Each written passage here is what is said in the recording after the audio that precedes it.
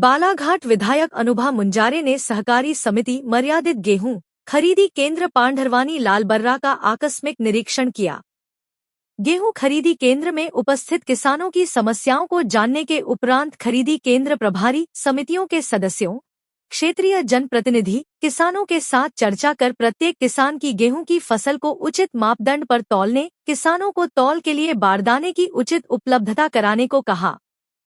किसानों की खरीदी गई कई हजारों क्विंटल उपज को खुले आसमान के नीचे रखा गया है। लगभग 15 दिन से अधिक दिवस से खरीदी केंद्रों पर गेहूं खरीदी प्रारंभ है।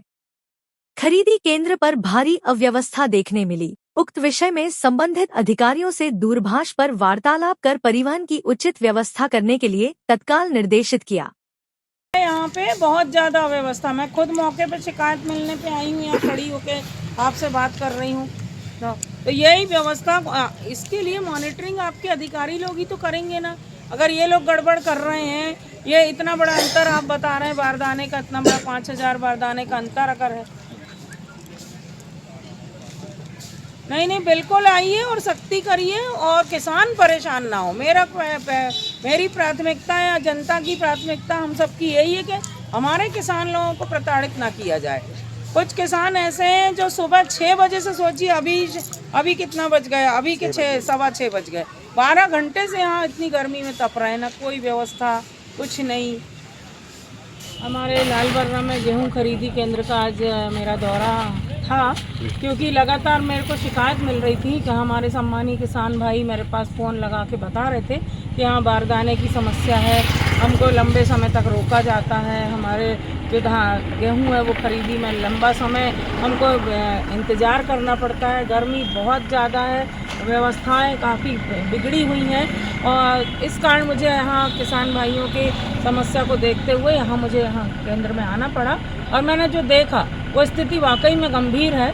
यहाँ सबसे बड़ी बात तो यहाँ जो प्रभारी हैं ने बताया कि बारदाने की समस्या है। बारदाने की समस्या ऐसी विकट है कि हमारे किसान भाई सुबह 6 बजे से अपना माल लेकर आए हैं, गेहूँ लेकर आए हैं, वो अभी देखिए 6:30 पौने 7 बज रहा है, अभी तक वो बैठे हुए हैं दिन भर से इतनी तपन में, गर्मी में, भूखे प्यासे, इसी इंतज़ार में कि उनका गेहूँ तौला जाए और वो उससे फ्री हो जाए। तो बारदाने की भारी समस्या है। संबंधित अधिकारी जो हैं उनसे मेरी चर्चा हुई, फ़ोन पे दूरभाष पे मेरी चर्चा हुई अभी, तो कह रहे हैं कि हम तत्काल व्यवस्था करवाएंगे इसकी। अभी तक जो कमी हुई है वो नहीं होगी, उसको हम व्यवस्था को सुधार करने का प्रयास करेंगे, ऐसा मुझे और किसान भाइयों को आश्वासन मिला है। तो कुल मिला के यहाँ खरीदी केंद्र में बहुत अव्यवस्था मुझे समझ में आई, किसान बहुत परेशान है, हलाकान है और मेरा कहना है कि जिला प्रशासन को, संबंधित विभाग के अधिकारियों को इस पर गंभीरता से ध्यान देने की ज़रूरत है और अव्यवस्थाओं को सुधारने की ज़रूरत है। व्यवस्था तभी सुधरेगी जब अधिकारी इस पर बहुत गंभीरता से ध्यान देंगे, गंभीरता से इस पर कड़े कदम उठाएंगे और जो भी दोषी कर्मचारी हैं, अधिकारी हैं, उन पर भी कार्रवाई होना चाहिए। क्योंकि हमारे किसान भूख प्यास से तड़प के 12 घंटे 13 घंटे तक इंतज़ार नहीं कर सकते और अभी भी स्थिति के 13 घंटे तक इंतज़ार करने के बाद भी अब क्योंकि बारदाना नहीं है तो इनको अब घर जाना पड़ रहा है। अब कल फिर सुबह ये 6 बजे आएंगे, तब स्थिति क्लियर होगी कि भाई बारदाना आ गया तो आपका गेहूँ तौला जाएगा।